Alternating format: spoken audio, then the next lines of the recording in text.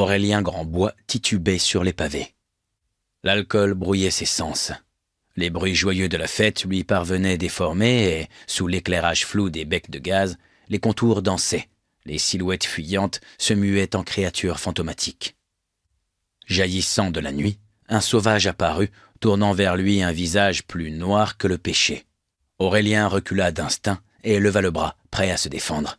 Mais l'autre lui lança quelques mots incompréhensibles avant de se fondre de nouveau dans les ténèbres. « Foutu indigène !» grommela Grandbois. Il repartit en équilibre précaire. Autour de lui, la rue Saint-Dominique ondulait à la manière des 20 danseuses tonkinoises entrevues l'après-midi même au théâtre Anamite. Prenant conscience que ses jambes ne le portaient plus, Aurélien s'adossa à un mur. Il prit dans sa poche un mouchoir brodé à ses initiales et s'épongea le front.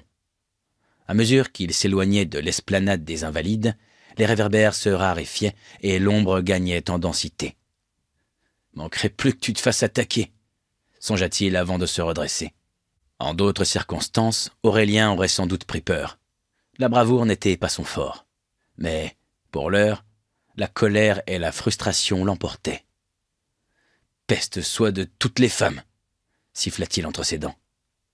Soucieux de ne pas crotter ses souliers, il enjamba une flaque sombre qui s'étalait sur les pavés. Quelques minutes plus tôt, l'averse l'avait obligé à se réfugier contre la devanture du restaurant créole. Blotti contre la cloison, Grandbois avait entendu les rires et les cris, les gobelets entrechoqués, les vœux échangés.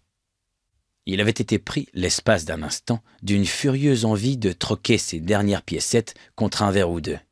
Mais fort heureusement pour lui, la voix de la raison l'avait emporté.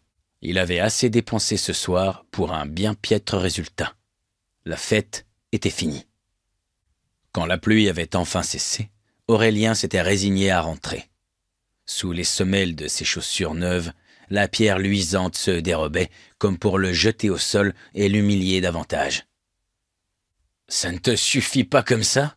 pestait-il en levant le nez au ciel. « Tu me voudrais mort, c'est ça ?» Bras grands ouverts, il vacillait. « Pourquoi faut-il toujours que tu t'entiges des pires traînées ?» s'exclama-t-il soudain. « Tu peux me le dire, Aurélien ?»